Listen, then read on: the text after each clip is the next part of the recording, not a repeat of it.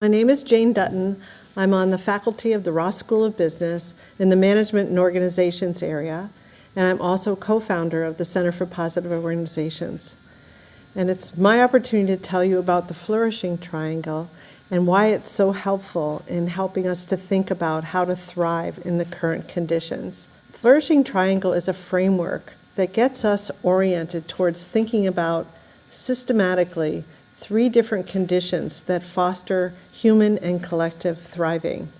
We know that we're thriving when we're in a state of optimal functioning and we're engaged, we're committed, we're feeling vital. We're doing all those things that you experience when you're in sort of your maximal or optimal state. Now, the flourishing triangle as a framework orients us towards 3 different conditions or buckets of contributors to human and collective thriving. The first is positive emotions.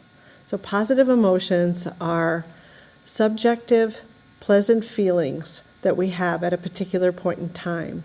So they might include things like joy or gratitude or serenity, pride or awe.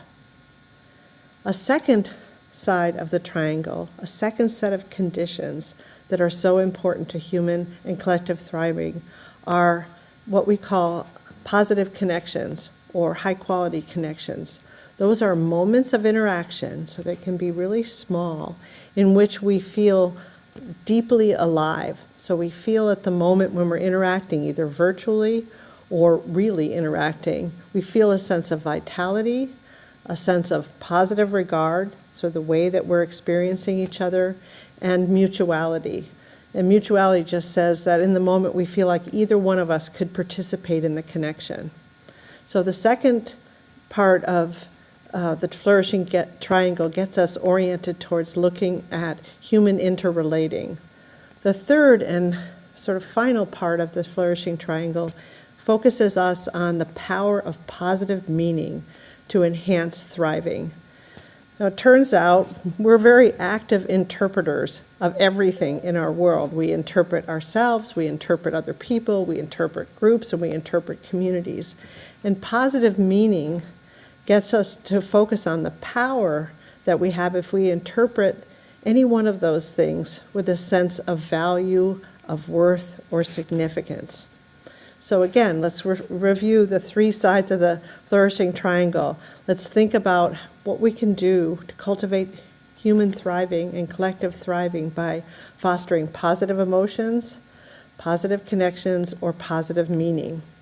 Now, the beauty of the triangle from a sort of a conceptual point of view is it's simple.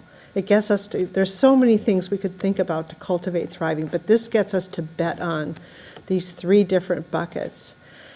While it's simple, it's also very rich because in each one of those buckets of contributors, there's lots of different ways that we could enhance those conditions. And in these times when we've got so much uncertainty, so many things coming at us that cause fear, cause anxiety, sometimes despair about what we can do, what the flourishing triangle orients us to is to bet on these different conditions as enablers of our optimal state of functioning. They give us hope. They open up possibilities. It's, I hope, what you will find to be a very generative framework that unlocks all kinds of possibilities for each one of us and for the organizations that we're a part of.